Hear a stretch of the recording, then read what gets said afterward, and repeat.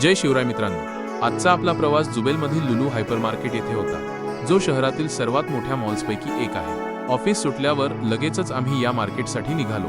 हे मार्केट मुख्य शहरात असून आमच्या फ्लॅटपासून फक्त 2 किलोमीटरवर आहे।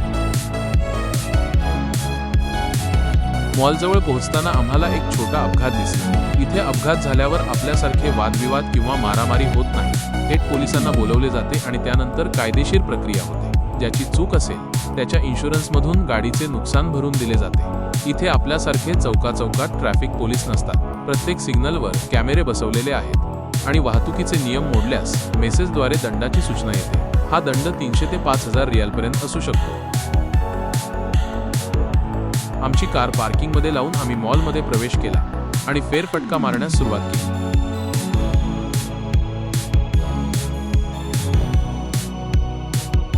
सर्वात आधी आम्ही इलेक्ट्रॉनिक विभागात गेलो। इथे LED TV, mobile, headphones, fridge, washing machine असे अनेक प्रकार होते।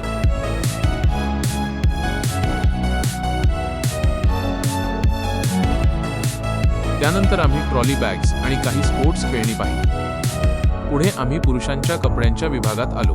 इथे एक जीन्स साधारणपणे 40 रियाल 920 रुपये आणि शर्ट 23 रियाल 529 रुपयेपर्यंत मिळतो।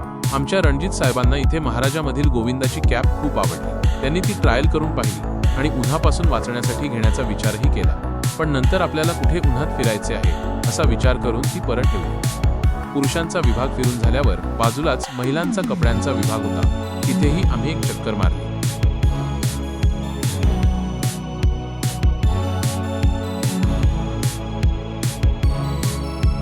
त्यानंतर आम्ही सीफूड विभागाकडे वळलो। इथे विविध प्रकारचे मासे, खेकडे आणि इतर सीफूड उपलब्ध होते। चिकन विभागात मॅरिनेट केलेले आणि रेडी टू कुक चिकन पॅकिंगमध्ये मिळते।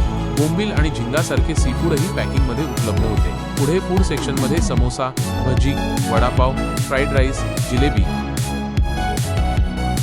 असे अनेक पदार्थ होते। भारतीय पद्धतीचे शाकाहारी आणि मांसाहारी जेवणही इथे मिळते। थोडं पुढे गेल्यावर आम्हाला रेडीमेड लोणचे दिसले, ज्यात मिरची, लिंबू आणि मिक्स लोणच्याचे प्रकार होते।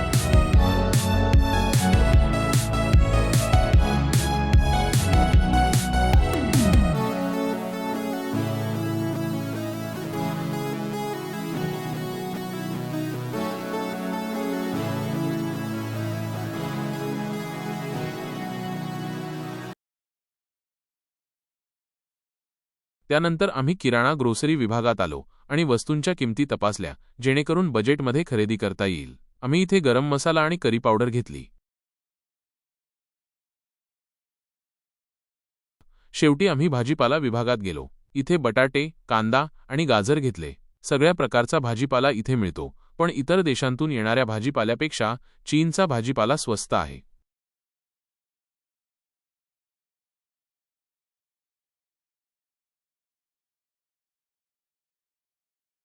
जुबेलमध्ये कंपन्यांना शुक्रवारी सुट्टी असल्याने हा मॉल सुट्टीच्या दिवशी चांगलाच गजबजलेला असतो।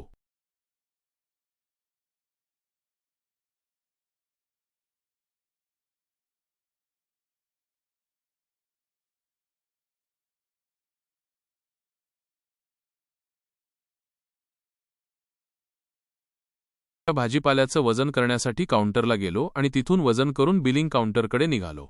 बिल भरून झाल्यावर आम्ही पुन्हा आमच्या फ्लॅटकडे जाण्यासाठी निघालो। असा होता आमचा आजचा लुलू हायपरमार्केटचा अनुभव। आजच्या ब्लॉगमध्ये एवढंच। पुन्हा भेटू अशाच एका नवीन ब्लॉगमध्ये। धन्यवाद। जय शिवराय।